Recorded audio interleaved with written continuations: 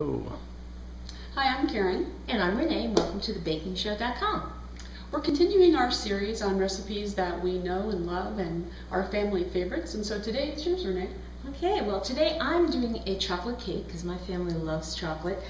But this is not a family recipe, but it's one of our favorites that we found. Perfect, yeah. So this is a Devil's Food cake, and it's really light and it's really moist.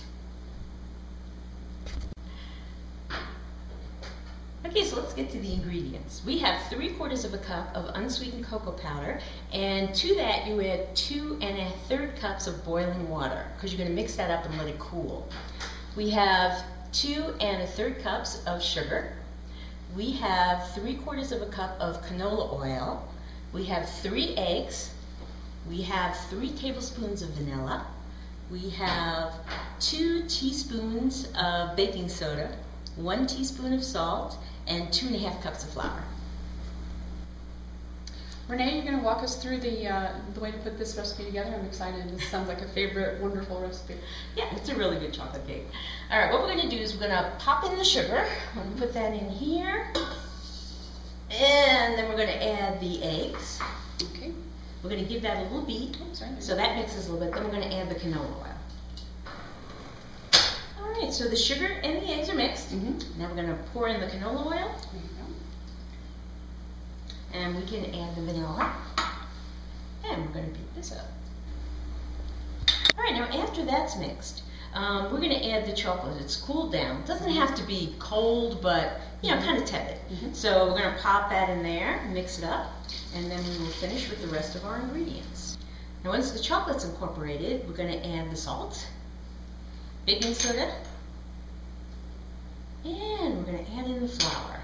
And you can either add it once or do a little bit at a time, whatever your preference is. I usually like to add half and mix it up and then give it another mix. All right, the batter's mixed. And for this, you're going to need 2 9-inch cake pans, which are greased and floured. Karen has a great tip for flouring the pan for chocolate cake. Right, instead of using flour that shows up white on a nice chocolate cake, you just use cocoa powder instead. And so that gives you a nice brown layering on your pan, and it doesn't have the white flecks when your cake comes out. That's a great idea. And on this cake, you really do need to flour it because I've tried it with just buttering it or using the pan, and it does stick. So you do need to flour it. All right, this we're going to bake at 350 degrees for 40 minutes. However, if you're in high altitude, I find that 28 to 32 minutes cooks here. So you're going to have to check it and kind of figure out where you are with your area. And of course, it always depends on how your oven's calibrated. Right. Okay, so there are a couple different things you can do. You can put icing in the middle.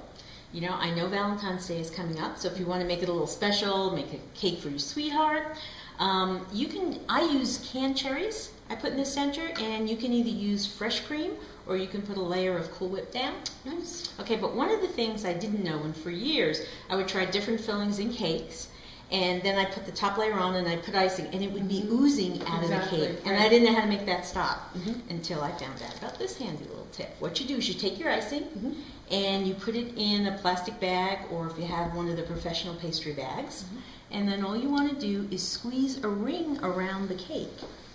And this keeps the filling inside. What a great idea. Isn't that I love cool? that.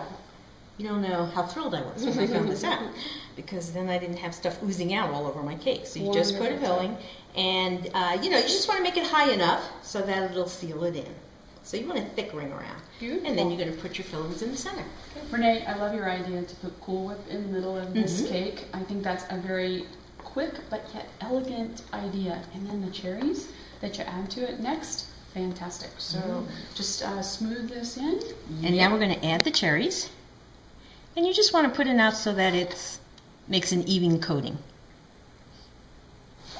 Renee, you could serve the cake just like this. It looks beautiful, great presentation based on the holiday, Valentine's Day, Christmas. When you want to have a presentation of red, this would be beautiful. But you also serve this as a filled cake as well, right? Yeah, well, we could put the other layer over the top, and I never thought of that. Just the half of it. You want to have your filling just even with the top of your icing ring. Otherwise, it's going to make a mess. It's going to come out. So we're ready to finish it off. We're going to take our icing, Put it down on top. Karen, you were saying something about how to ice this. Right. You know, I always put a big glob in the middle of the cake, just like you've done. You want a little more? A little bit more. Okay. And then I ice my way out to the edges because you're trying to avoid getting those black crumbs in the icing itself. So here's our finished product. Sprinkles are a good idea, especially for the Valentine's Day thing, to dress it up a little bit. This cake, this Devil's Food, is really moist, and it does well. You can make it ahead of time and put it in the freezer. Just make sure you wrap it really well. You don't want to ice it, though, because icing kind of dries out in the freezer. So put the cake away, and then all you have to do is fill it and ice it, and you're good. Enjoy.